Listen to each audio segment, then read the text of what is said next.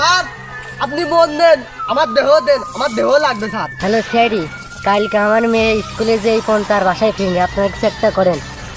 Sir দেখতে পাইছি sir. Sir ধরেছি, আমি ধরেছি, বেরোবে না স্যার। স্যার এখানে কোনো সিরিয়াল নেই, আপনি কে সামলা, আমরা এর সামলাচ্ছি। এই শয়তান, উড়াই গেছিল, আমার ভালোই লাগছিল। তুই এর মধ্যে কি করতে আলি? তুই জোর করে আমার মনটা কিন্তু দেহ পাবি নি।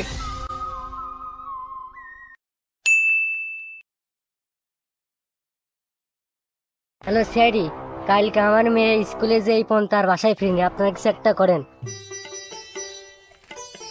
সবদু জি স্যার, আগের কেসের সময় পায়ে ব্যথা পেলাম, সে ব্যথা এখনো ঠিক হলো না, আবার নাকি কোন মেয়ে হারিয়ে গিয়েছে।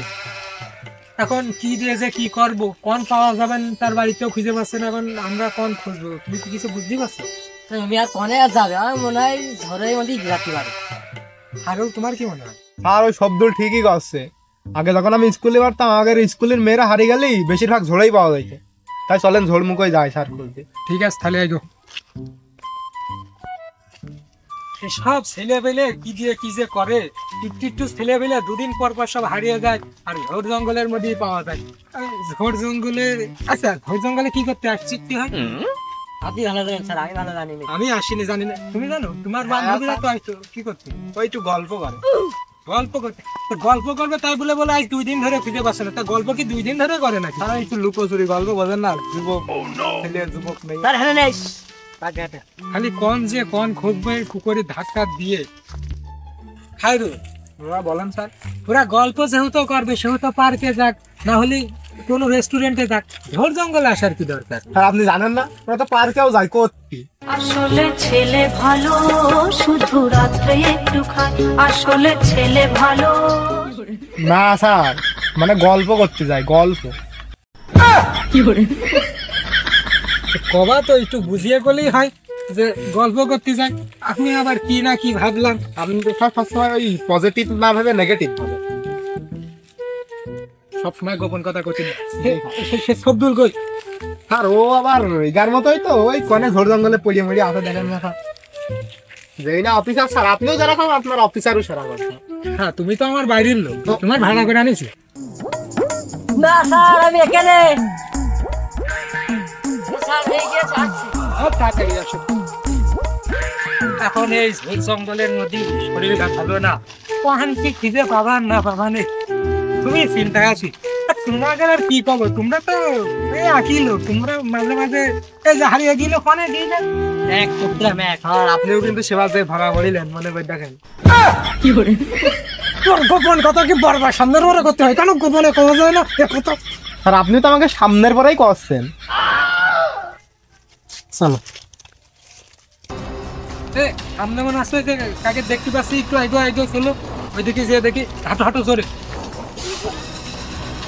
এই ঝোর চোর খোঁজে এক এক জোর এক এক দিকে যাও।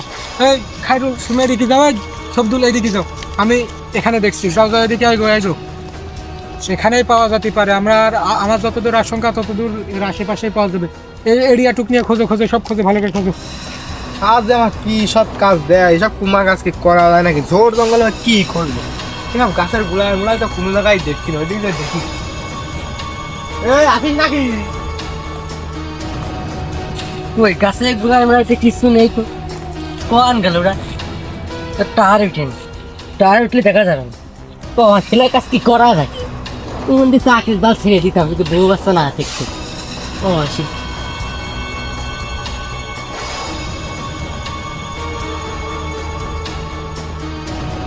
ও স্যার দেখতে পাই, স্যার দেখতে পাই, স্যার চলেন স্যার। ওই তো হ্যাঁ পাইছি, দেখেছি, চলো এদিকে আইবো, আজকে কিছু একটা হয়ে যাবে। আমি ঢাকাকে যান না। এই শব্দুল কই স্যার আমি তো জানি না। স্যার আমি ধরেছি, বেরোবে না স্যার। तुमसे मिलके दिल का है जो हाल क्या कहे हो गया है कैसा। দিলা আঘাত করলে গো।